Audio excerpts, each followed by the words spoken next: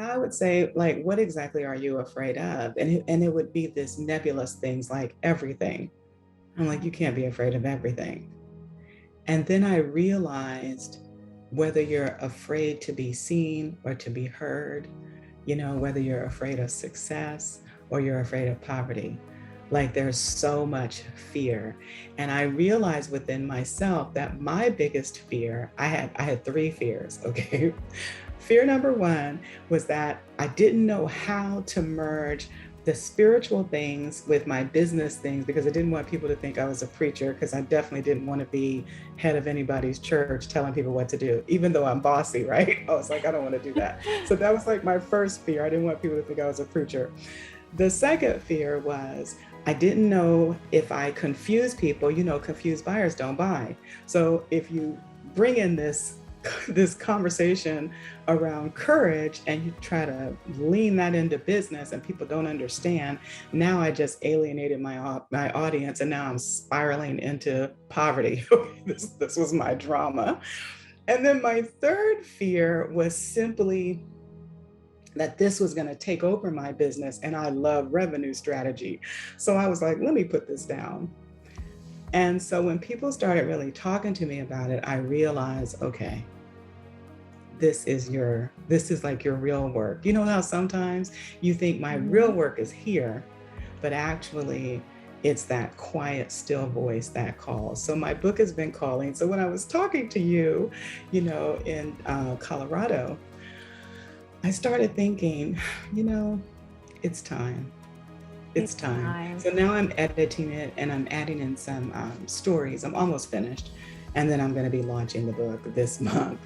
And I'm excited about it because what I want people to recognize is that now is the time and today is the day to reclaim your personal sovereignty, to really look within and see your own worthiness and recognize that you're vital to the fabric of life. And so I wrote this book for myself as much as for my readers, to just really like let go of all these fears, to have the courage to look fear in the eye, to be seen, the courage to set boundaries with people, just like all the things that you may not think that it takes courage to do, but it requires, just life in general requires courage. So yeah, that's why I wrote this book. And so I couldn't be more joy-filled as when I spoke to you, and then I've spoken to some other people. And then I think I sent you a copy of the book, right? I'm sure you noticed I have like almost 100 people that reviewed my book, and this was my other drama. I've always been like very, I don't want to use the word modest because that would not be truthful, but I was raised that people's compliments, my father used to say, don't be attached to people's compliments and praise, and also don't be attached to people's criticisms. So I've tried my very best for 57 years not to be attached either way. And I gave myself permission after I was in Colorado with you to sit and read what people wrote, because I'm going to be honest, I didn't read them before because I didn't want to get like caught up. And I just wept, that these 100 people, I said thank you and I was grateful that they did it, but I didn't read it because I didn't want to be sucked in. And I finally sat down and I read those 100 reviews, and it was just like, it's time. It's definitely time. And is the title, if this isn't a working title, this will be the title of your book? No, honey, that's the title. Yeah. All right. Would you like to share? There's no work. No, and you know what? This is exactly, this is the best way that I can communicate this. I think we all need to reclaim our power, because I feel like we've taken too many years, too many moments of our life and looked outside of ourselves for affirmation, validation, love, confirmation of worth and value, etc. And I think now is the time to really, like I said before, I don't know if I said this here, but I'm a guide, not a guru. And so when I'm talking to people and they get really caught up in me and what I do, I'm like, oh, no.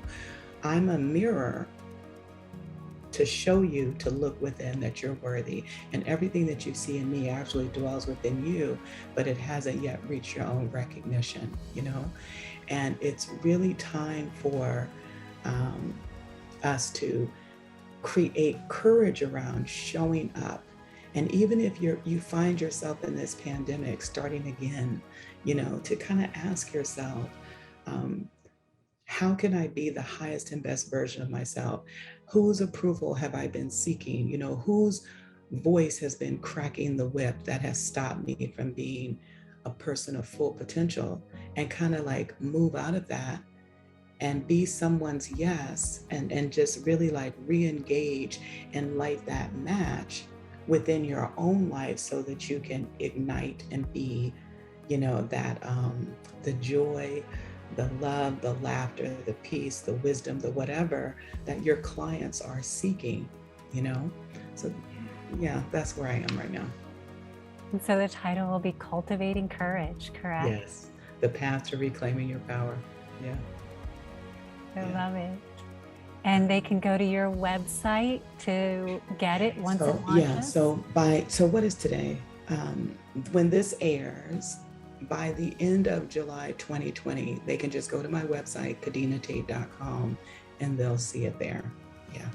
Okay. We'll make sure that that is just posted everywhere below our podcast, everywhere this podcast goes, so that individuals can get it. Because yes, you were kind enough to send me a copy, and it is so easy to read, which makes it, you can get through it so quickly and go through it again and again, because it's such wisdom that you just want to make sure that it's embedded, because the more you read it, the more it just becomes second nature.